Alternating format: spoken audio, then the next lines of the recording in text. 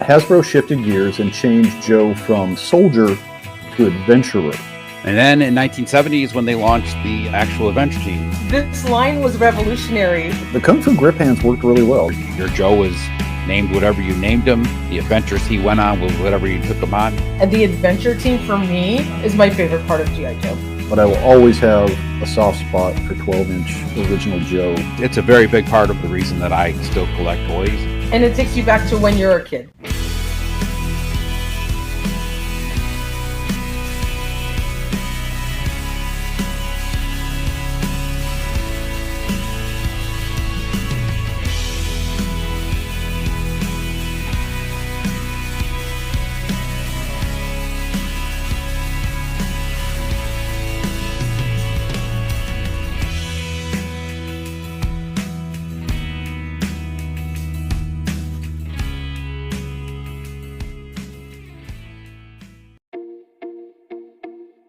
G.I. Joe, of course, came out as a military toy line to begin with and had a really successful run from 1964 through 1968.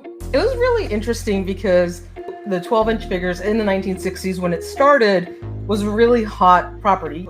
New action figures for young boys. It was a new genre for them to play with. And at that time, we had a lot more pride in the military. We didn't have the conflicts like we did with how college students were protesting the Vietnam War yet. There was still a desire to have some sort of a military toy. And, you know, before that, it was little green plastic army men, tin soldiers, but there wasn't anything that had articulation. But that was about to change, and the age-old story is that in 1963, Stan Weston pitched his idea to Hasbro for a boys' toy line to run as a counterpart to Mattel's Barbie, which had been a successful line since 1959. That said, while Stan Weston wasn't initially successful in his pitch, it was Hasbro's head of research and development, Don Levine, that decided to pursue the idea further, thus eventually breathing life into what would become the military-themed G.I. Joe toy. And Don really liked the idea. He's chewing on that in his head. He saw this in an art shop window, and it is, just a wooden artist's marionette. But he saw the articulation, and his brain started working. He's like, I can work with this. Got a team together and says, I want that to be this. So that's kind of where it all started, and that changed the industry. They made sure to represent all of the armed forces, Army, Air Force, Marines. They did Canadian Mounties. They did all kinds of great uniforms trying to represent military of the world. But an incredible thing happened as the 60s went on. And when we got to around 68, 69, the Vietnam War was heavily going on, and there was a huge anti-war sentiment going on. And parents were then not wanting to buy military toys for their kids. And so the line was losing interest. And so Hasbro, in order to keep the line alive, decided to switch up from a straight military theme to kind of a pseudo-military theme, and came out with the Adventures of G.I. Joe in 1969, where there was an aquanaut, an astronaut, and just basic adventurers. And they came out with some really cool sets. I think there's like a dog sledding set. And that opened up a whole new door for how you could play with these. It was really introducing the idea that this was a former military guy, now an adventurer. So you still had a lot of the military gear, but more of, man against nature. So it was kind of like a cross between the military look of Joe and then transitioning into what would become the adventure team. And while 1969's Adventures of G.I. Joe would provide a soft transition away from the military genre, it was the innovations of the following year that would define G.I. Joe for the decade that was coming. In 1970 is when they launched the actual adventure team, which was totally new, rebranded G.I. Joe, where he was going to be going on adventures as opposed to fighting military battles. Their challenge was nature. They were taking care of environmental disasters or different animals and things that they had to deal with, right? So you had this totally new genre when the adventure team launched, and it was a hit. So they removed the dog tags off the figures and replaced them with this little AT Adventure Team logo. The 1970 debut of the Adventure Team would feature such key icons like the Land Adventurer, Sea Adventurer, Air Adventurer, the Adventurer, Man of Action, Talking Astronaut, Talking Man of Action, and of course, the Adventure Team Commander. The line would also make the switch from the painted hair look of the 1960s to the use of flocked hair, which was actually developed by Hasbro's European counterpart company, Palitoy, for their G.I. Joe equivalent line known as Action Man. The fuzzy head was kind of a cool thing. I'm not a huge fan of flocking on most toys, but it just works for Joe. The flocked hair would of course become something that other lines would adopt, such as Masters of the Universe, in their use of this technology on toys such as Skeletor's mount that was known as Panther in 1983. There's far too many items to go through every single one in detail, though it's worth pointing out some really great releases such as the 1973 Black Adventure Team Commander, and then larger items like the Adventure Team's headquarters and the rather tall Adventure Team Training Center. But there's one notable innovation that came out in 1974 that still has people talking to this day. In the Adventure Team is when they coined the super famous Kung Fu grip, which was a really cool concept where the hands were really rubbery. And you could have him wrestle, because you could take those Kung Fu grip hands and have him grip, alligator or whatever enemy he was dealing with. Since the original plastic hands couldn't hold weapons very well, the new gripping feature was developed by Palitoy in the UK for their Action Man line. Design director Bill Pugh had discovered a rubbery material known as Kraton that would be utilized for these new hands. Chief designer Bob Brechin sculpted the original hand from his own left hand, and the new feature was simply advertised as gripping hands for Action Man in 1973, but recoined as the Kung Fu grip when brought over the following year for the G.I. Joe line. But that wasn't it for innovations. From 1975 and towards the end of the 12-inch Adventure Team's run in 1976, we'd see further evolutions, what with the larger G.I. Joe muscle body replacing the older body, as well as the movable eagle eyes added as new features. and so they said, well, what are we going to do to make these more special, to differentiate them, to stand out on the shelf? The biggest change was towards the end of the line when they put a whole new body together, but had a bigger physique, filled the uniforms better. Later on, we got Eagle Eye, which was, being able to move the eyes back and forth. With the mechanics of it, they just put a lever on the back of the head that was tied to some more levers, and it moved the eyes left and right. So really cool concept. By 1975, G.I. Joe had been a constant presence on toy store shelves for 11 years, with 5 of those years being Adventure Team centric, and win or lose, Hasbro was going to do everything in their power to keep G.I. Joe relevant in toy store aisles. They were trying to come up with some innovations to keep the line alive. It had lost some market share from where it was. And $6 Million Man, Steve Austin, was big on TV. Ultimately, G.I. Joe needed an answer to the popular, machine-enhanced human that was eating up some of the market share, and that's because rival toy company Kenner was now producing $6 Million Man toys. So they just created their own. They created Mike Power, the Atomic Man. And he was neat. He had a cool feature where he turned his arm into a helicopter. Mike Power, who had the cool little light tube coming through his eye, so you hold his head up to a light and the eye would glow. They added more playability. They added a cool sci-fi character. He was the first new character that wasn't straight Joe. Different head sculpt, different look, and he was a cool companion. At the end of the line, kind of kids were turning more towards superheroes, the alien thing, Hasbro came out with Bullet Man. And he was the first superhero in the line.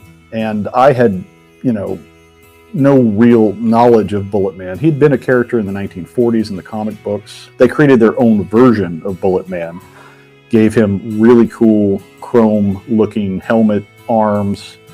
It was a neat innovation. And he just basically had a bullet head, and he could smash through walls and fly as fast as a bullet. So Bullet Man was not well liked when he first came out. Now everybody wants him, and he's super expensive because he was, there wasn't that many of them made. But back in the day, he wasn't well received. And to combat some of our new heroes, G.I. Joe for the first time introduced proper villains. Yes, the 60s Joes had some soldiers of the world, World War II enemies, but this was something different entirely. And of course, the intruders, which were, the strong men from outer space, was like, well, they're basically Neanderthals from outer space, right? Who had, they almost looked more like Motu figures. They had a kind of interesting gimmick where they could give you a bear hug. They're shorter in stature, and as you can see, they kind of have this weird kind of articulation. And while many collectors accept that the end of the Adventure Team came about in 1976, G.I. Joe had one last hurrah in this era when they marketed the sci-fi based Super Joe Adventure Team in 1977. The Super Joe line and the figures from that later era in the late 70s was a response to Mego's World's Greatest Superheroes doing so well, and they were at that age scale. And it also was a twofold because plastic at the time was getting very scarce, very expensive. Oil prices were going through the roof. You got to have oil to make plastic. And so by scaling down the figures from 12 inches to 8 inches, it allowed Hasbro to still be able to keep these in production. To save on cost. They were not well constructed. They have not held up as well.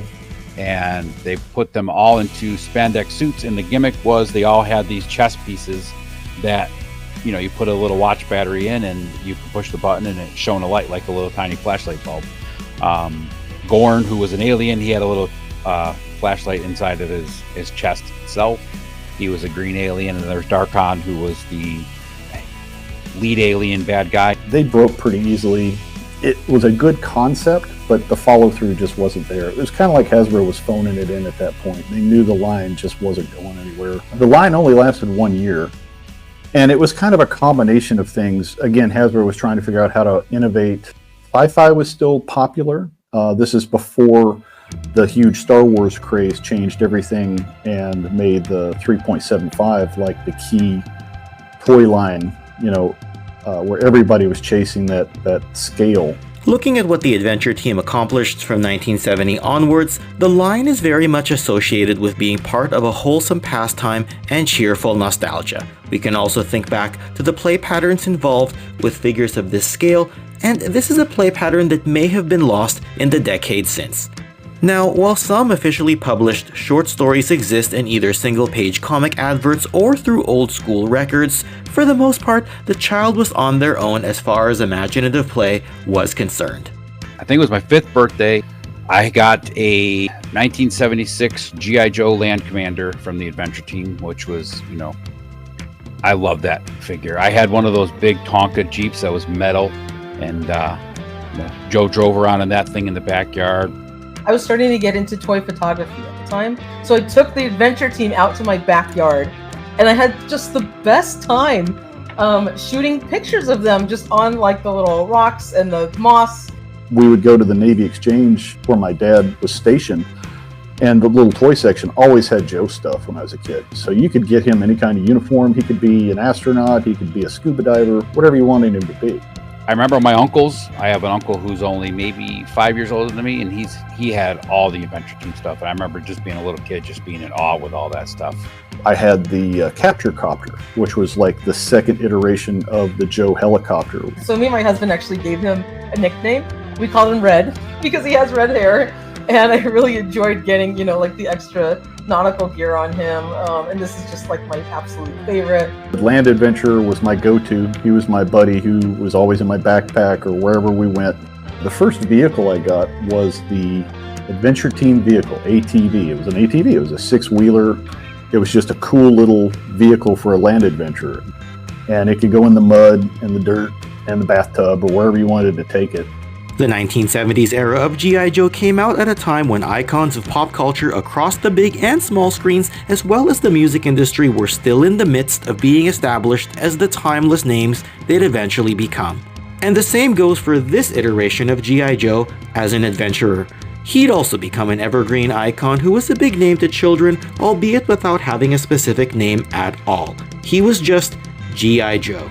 A Joe now several years removed from his initial 1960s military days, but before the days of the rebranded, downscaled 1980s Real American Hero series, where we'd be treated to more specifically named cartoon and comic book characters. There was no names associated with any of them. Your Joe was named whatever you named him. The adventures he went on with whatever you took him on. It's something that's missing in today's world of toys, is that was pure imagination. The days of Snake Eyes, General Hawk, or Sergeant Slaughter wouldn't come for a few years after, and while those characters are far removed from the larger Adventure Team figure offerings, they all fall under the banner of G.I. Joe and are all considered part of its rich history. There's so much information out there on the Adventure Team that it certainly can't all fit into a single video. The most diehard of collectors love tracking down rare sets like the Wild West Adventure Indian or the specific Deluxe Adventure box that's ultra hard to find. One can also track down variants of sets from the 60s that carried over into the 70s, such as the Canadian Mountie or the Deep Sea Diver, as well as the multiple iterations of the G.I. Joe Footlocker, to name a few. Today you can continue learning about the Adventure Team through various resources such as vintage3djoes.com, as well as the various sections on the toycollectorsguide.com. Further, you have book resources such as Derryl DePriest's guide known as the Collectible G.I. Joe, as well as the various sections of Bob Brechin's My Palatoy story that was published through Total Toy Books. Nowadays, when you see collectors of modern 1/6 or 12-inch scale items, the detailing and expensive materials makes them impractical for rugged play, and the displayability factor is the driving force towards how they're sold. But that wasn't always the case.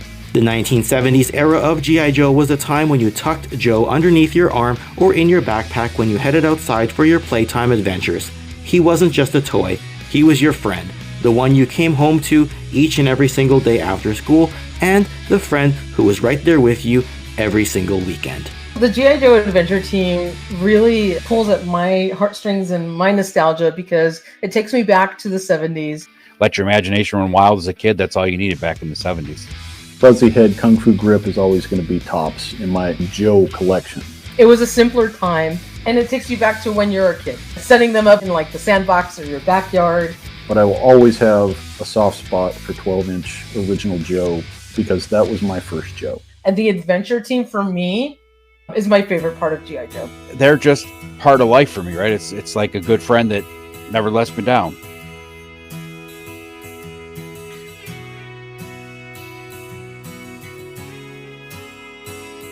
And if you happen to like this video, don't go anywhere just yet. I've got another G.I. Joe history that you can click on right over here, or for a look at an altogether different toy line, you can click on this video right over here. Otherwise, thanks for watching, and I'll see you all next time. Take care.